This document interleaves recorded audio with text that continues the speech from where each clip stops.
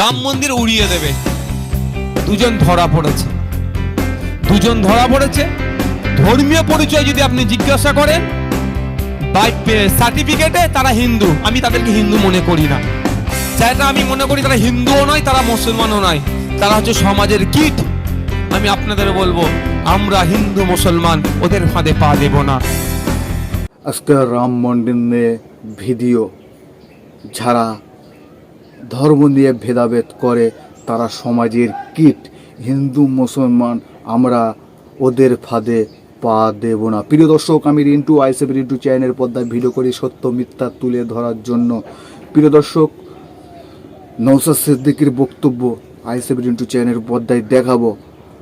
এই যে বাংলায় বা ভারতে নানা রকম ইত্যাদি ধর্ম নিয়ে ভেদাভেদ হয়, সে ধর্ম নিয়ে ভেদাভেদে দেখা যায় কোনো মুসলিম ধর্ম যদি কিছু হয় তাহলে সে মুসলিম কিন্তু জড়িত থাকে, কোনো হিন্দু ধর্মও যদি কিছু হয় সে হিন্দু ধর্মও কিন্তু জড়িত থাকে। এখানে একটি নওশাদ সিদ্দিক প্রমাণ সহ দিয়ে রাম মন্দিরকে নিয়ে প্রমাণ সহ কথা বক্তব্য রাখছে যে দুটি হিন্দু মিলে এই কাজটি করা হয়েছে, তাদেরকে একজনকে ধরে ফেলেছে। নওশাদ সিদ্দিকীর বক্তব্য, সেই বক্তব্যটা আইসেব রিন্টু চ্যানেলের পর্দায় দেখাবো, দেখলে বুঝতে পারবেন আসলে কি বলতে চাচ্ছে নওশাদ সিদ্দিক। শুরু থেকে শেষ পর্যন্ত অবশ্যই চোখ রাখুন, চোখ রাখলে বুঝতে পারবেন। আর এই যে হিন্দু মুসলিম বারবার যে ভাগাভাগ ভেদাভেদ বারবার যে করা হয়, আসলে দিনের শেষে এটাও মনে রাখতে হবে যে হিন্দু মুসলিম আমরা সবাই, এই হিন্দু মুসলিম ওদের ফাঁদে পা দেবো না, এইটা সবারই মনে রাখতে হবে। প্রিয় দর্শক, চলো নওশাদ সিদ্দিকীর মুখ থেকে সেই বক্তব্যটা রাম মন্দিরকে নিয়ে কি বক্তব্য রেখেছে শুনে আসা যাক।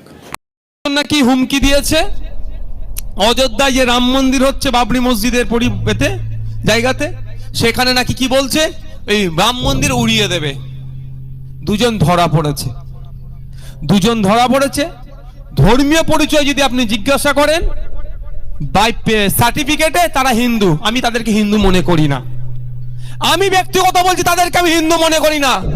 যারা মানুষে বিভেদ লাগাবে, যারা মানুষ সমাজের মধ্যে অশান্তি করবে, তারা হিন্দু মুসলমান হতে পারে না, তারা অসামাজিক সমাজের কীট মনে করি।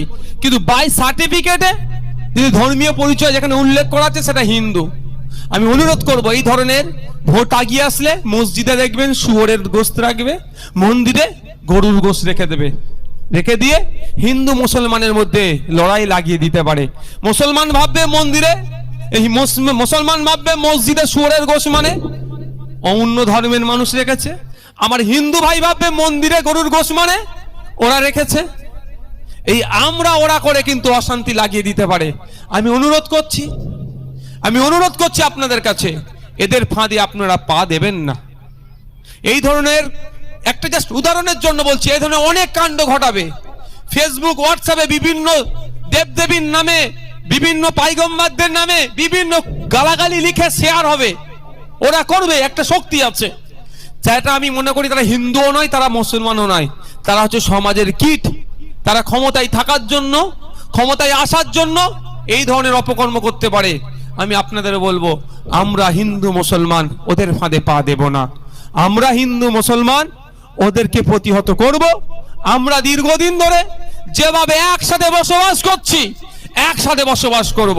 যার যাকে ভালো লাগবে তাকে ভোট দেবে। দিনের শেষে আমরা প্রতিবেশী, এটা মাথায় আমরা রাখবো।